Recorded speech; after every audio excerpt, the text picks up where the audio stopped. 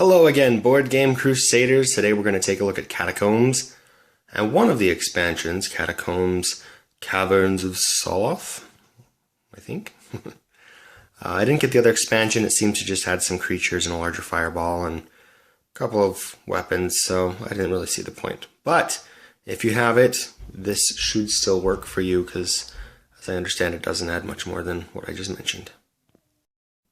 Here we can see the hero discs and some of the ability discs. For instance, this is the wizard's shield ability. There's fireballs, there's missiles or arrows, there's a frost attack. The sorceress has an alternate form she can turn into. The wizard has a couple familiars. Oh, those are the familiars. And then the warriors, or your heroes, are two-sided. There is the regular side and the fatigued side. Just in case they ever get fatigued, we'll cover that later on. Incidentally, the bad guys also use these marks. Here are the generic. This one keeps track of your life and some other stats. This one is a pillar, which we'll cover when we're setting up the dungeon. And then here we have various sizes of bad guys. Some of the bad guys are double-sided, but they don't get fatigued like the heroes. That represents the hero has 2 hits. So you hit it once, flip it, hit it again, it's dead. Others do not have 2 hits. I think most of these do. This one doesn't, but I have another hero on the or another villain on the back. So white side is the first hit, dark side is the second hit.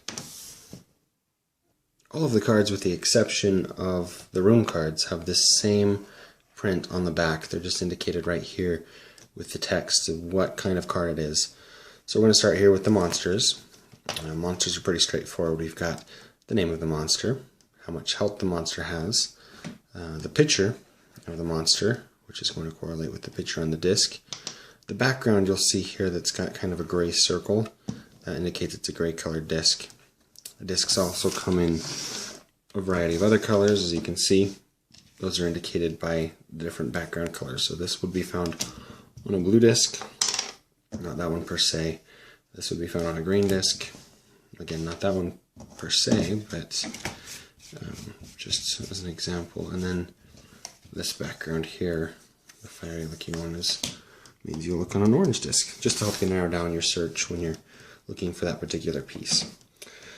Here we have how much money or currency the card is worth to the hero that does the finishing blow. Here we have what kind of an attack the monster has. And here we have any special rules, if any apply. Those can be referenced in the rulebook on page 13 in the base game. And then in the expansion, just right in there on page 2, I think, or somewhere around there. It should be easy to follow. It's just a single sheet of paper folded in half. So you can find it, I'm sure. Other ones have 2 health, worth more gold.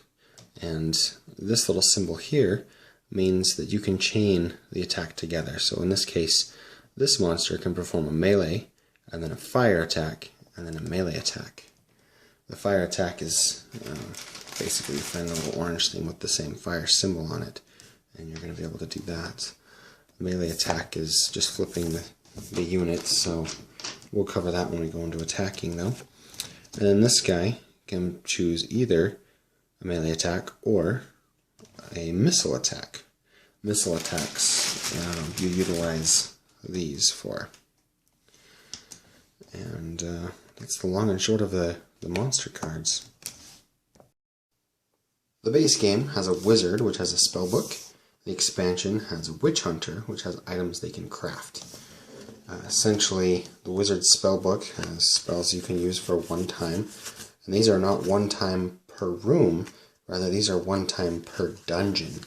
So you've got to be really careful when you utilize these. A couple exceptions. There's 2 shields, 2 skeletons, a couple of fireballs. So you have a good selection here, and it turns out to be equal with, say, the archer, who can use 2 arrows per room for a total of 12, I believe. And there's 12 spells here, so it just takes a little more thought here because it's not the same event.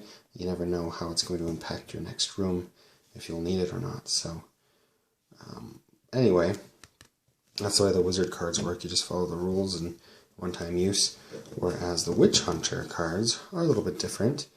The Witch Hunter cards are cards that you can utilize as you build them.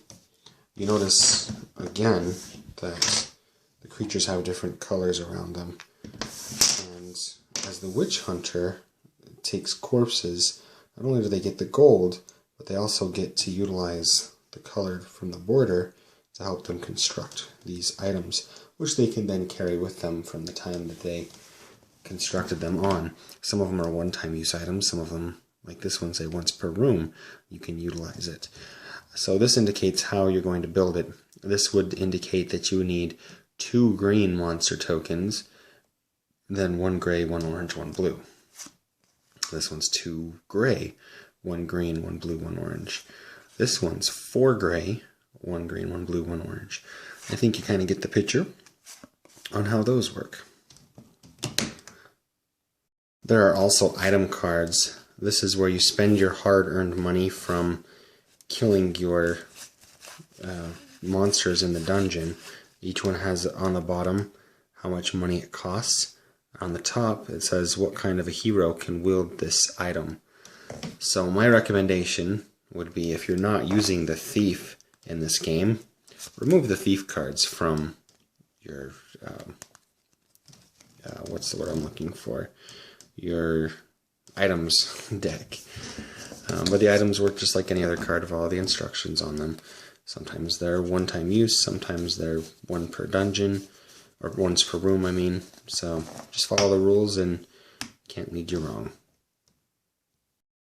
Maybe fairly obvious, this is the currency of the game, represented in 3 different flavors or amounts: the 1, the 5, and the 1,000. The rooms will have a unique back from the rest of them. They look like that, but they also say room on them, so pretty easy to find, right? We have the Catacomb Lord room. This is the room where, you know, you've come to the end boss, and he'll be in that room with all the monsters outlined on his card. The Altar of Soloth. This is something from the expansion that allows you to collectively pull your money. 500 gold will allow you to pull an item out of this, and then as a group you can decide whether you want to keep that item and let somebody utilize it, or pay 500 more to try for a different item. But you can only keep, as a group, 1 item out of this. This is the healer.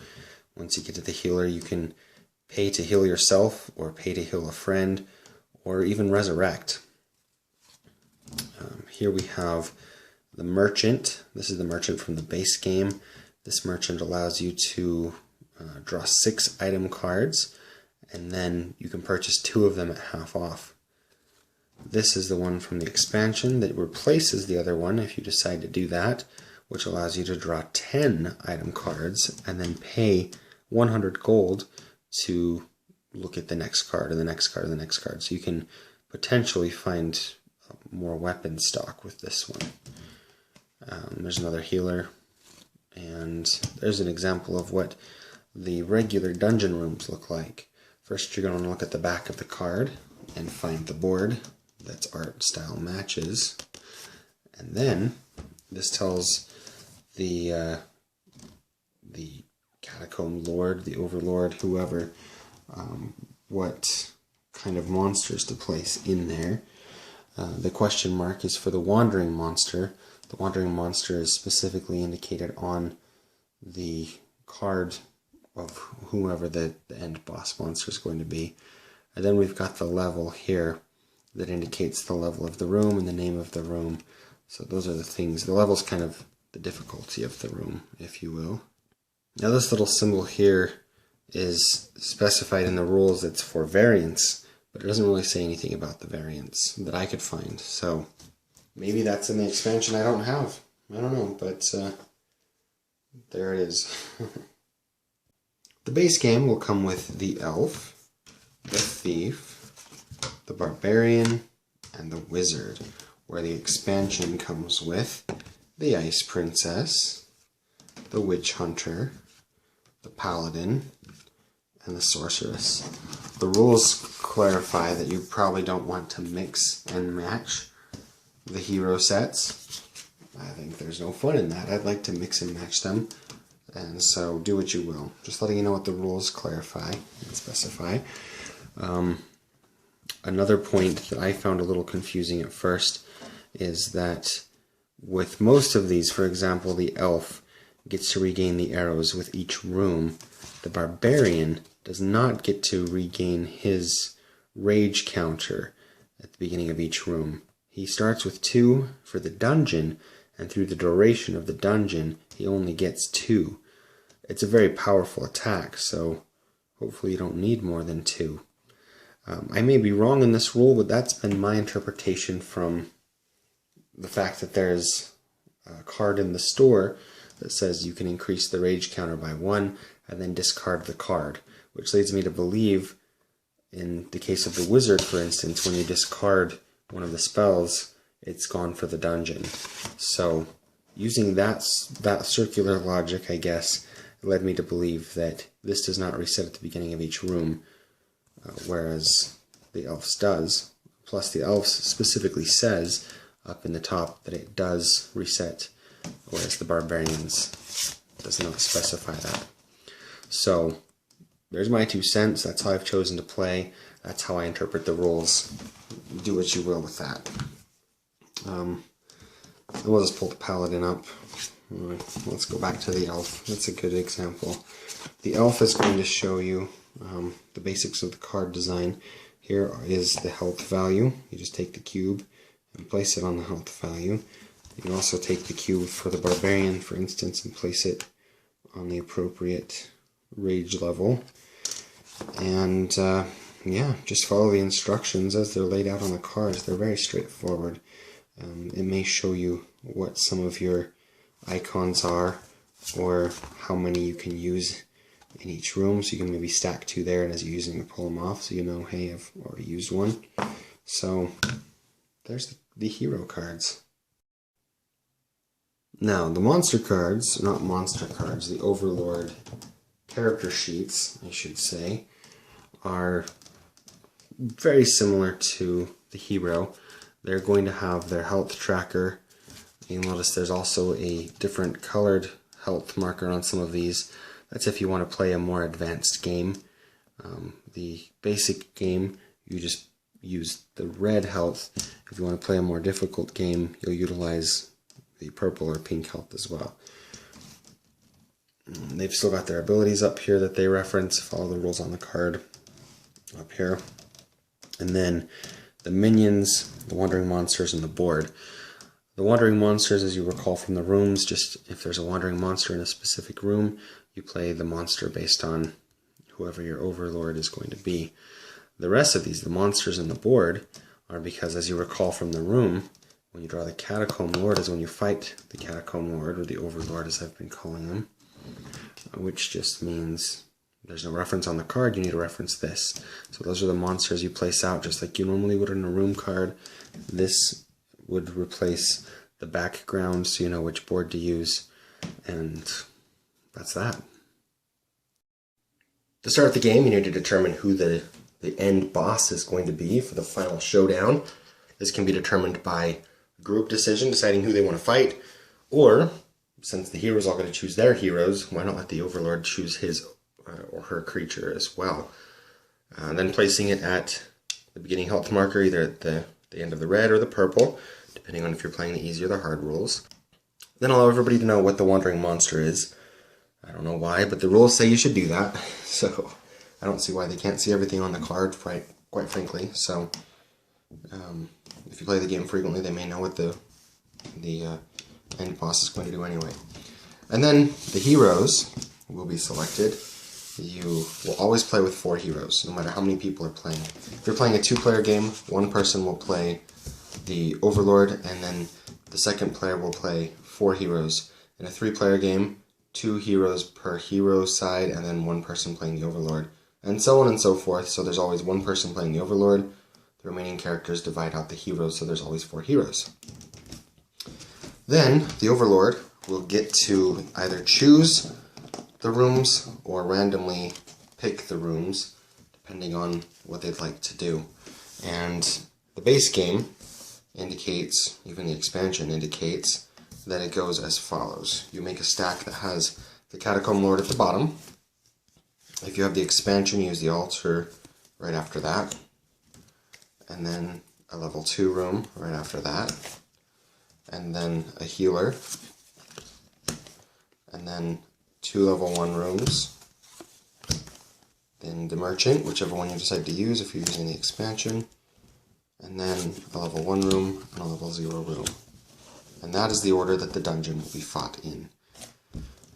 Then once everything's set up and all of the tokens or everything are accessible and ready to go, the Dungeon Lord flips over the top room, finds the matching background, and places these things in the little holes of the dungeon.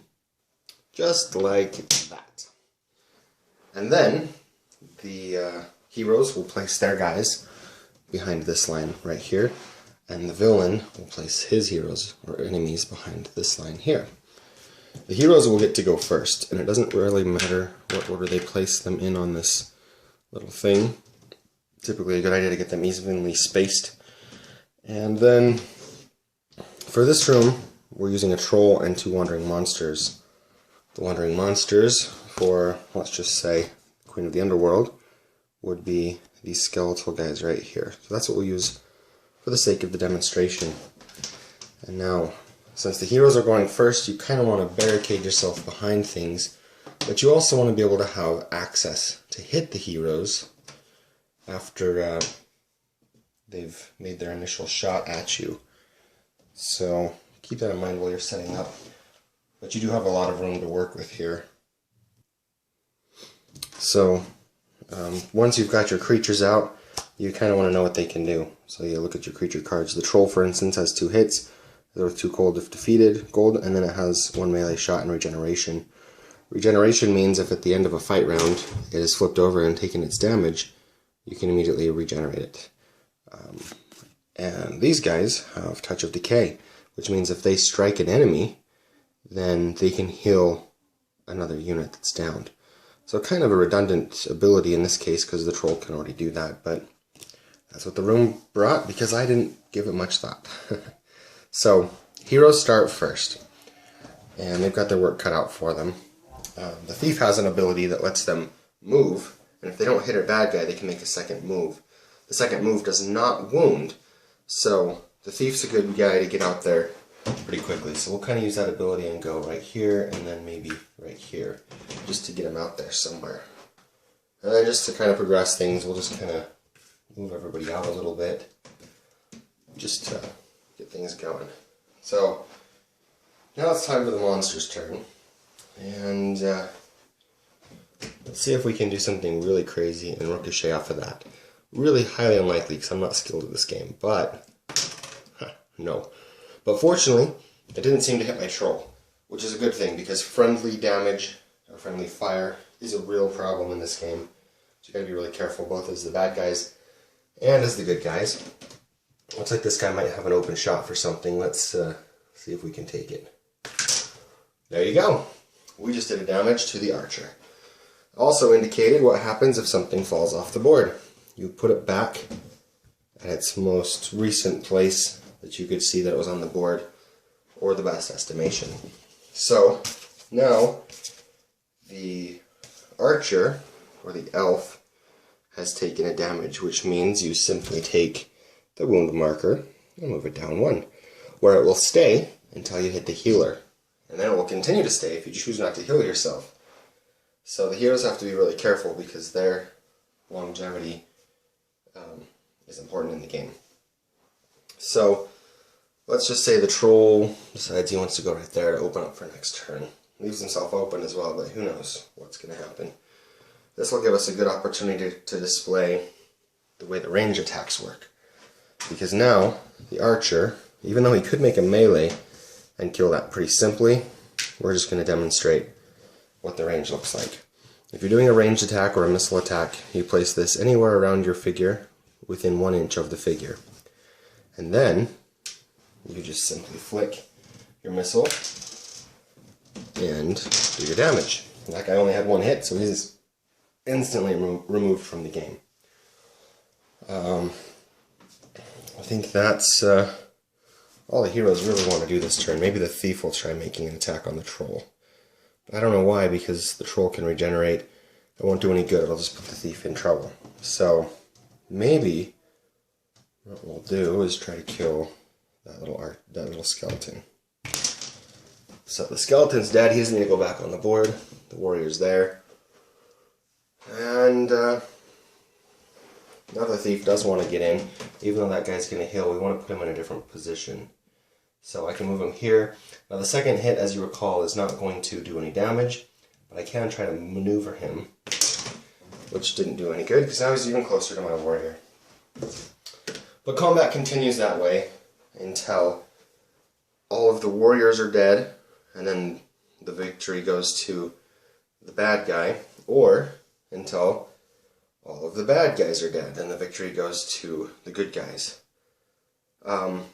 Another, I guess, exception to that is if there are any incapacitated warriors, and that's all that's left is incapacitated warriors, then the victory goes to the bad guy. And if all that's left on the board are frozen minions, then the victory goes to the good guys and they move to the next room, which simply looks like this. This room was cleared, flip over to the next room, set it up just like you set up the first room, and then continue until you get to the Catacomb Lord, which is the final battle, which will determine the final victory, assuming the heroes don't die before that. Now a couple other ranged shots to go over. We have the fireball, which functions exactly like the other missile, but it's larger, so a little easier to hit your mark. And then the frozen marker, which is quite fun to use. So the troll, for instance, is quite a beast, and you want to take him out. What you could do is if you have somebody that has this frozen missile, you hit it, and then that hit does not do any damage, but you rest that on top of the creature, indicating that it's frozen. The only way to unfreeze that minion is to knock this off of it. If you can hit the minion lightly and not knock that off, for instance, let's play that like it didn't happen, like that, then the minion takes a damage. However, if you do it a little carelessly like I did initially, and you knock that off, it doesn't do any damage, but it thaws the enemy. And if the enemy had a retaliation, it could then use it at this time. If not, then it just waits till its regular turn.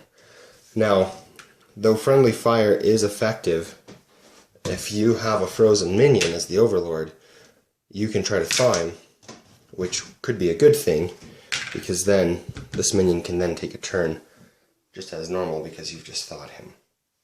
Another rule to look at is incapacitation. So let's go to the back of the rulebook where it indicates different attack types. We have the red fist and red arrow. That simply means it does 2 damage instead of 1. The blue fist and blue arrow indicate that it incapacitates the hero in this case. An incapacitated hero means that it flips over to this side and it skips its next turn. It has to go 1 full turn without an action, and then it flips back over again. Now, it's impossible for a hero to be incapacitated for 2 turns in a row. It just won't happen, so don't worry about that. And the next attack type to cover is the chain attacks. They have those in both the melee and the ranged form. Those are indicated by the little chains linking the attacks together. You get to do that attack as many times as it indicates. Typically it's going to be 4. And the way the chained attack works, let's say this troll has the chained attack, and he wants to kill the wizard. So what he cannot do is go 1, 2, 3, 4. That is against the rules. However, what he can do is go 1, 2, 3, 4. And then he just hit these guys for 2. Same thing goes with the missile attacks. So if you have a chained missile attack, you simply get the orange missile and set it within the inch, just like any other missile attack. And you go 1, and from where it left off, 2, 3, 4. Again, you can't just ping the same guy over and over again, but you do take the shot from where it left off, not from your character each time. Now another thing that is important to note is when you're attacking, say the troll goes in for the kill and tries to get the thief here. If I go like this, I hit the thief and the thief hit the warrior. The warrior does not take a damage, because even though friendly attacks do happen, in that case they would not happen. If I am attacking them and cause them to hit their friend, that's not a friendly attack. Now if they flick their guy and hit their own friend, that's all bets are off. Their friend just took their damage, so be careful with that. However, you can hit more than one unit at a time. If the troll was here and he went, like, say, blazing through here and hit both of them like that, then they would both take a damage. I think that's about all we need for this game. It's very fun, takes a lot of practice, and it's very versatile. It has lots of things that you can adapt into it. For example, you don't have to set the rooms up in that order. You can make it more challenging. If you do, you may want to add the second healer. It also has these. I don't really know what you would do with those. I suppose maybe if it's got an exit on north, south, east, and west, you could put another board on each of the corners that, for example, has... where's a good example of that? This room has an east and west exit, so maybe put one of those to the east or the west. I don't know. The rules don't clarify that. Maybe online there's a fact, but nothing in the initial rules. So have fun with it, make it your own, and that's that.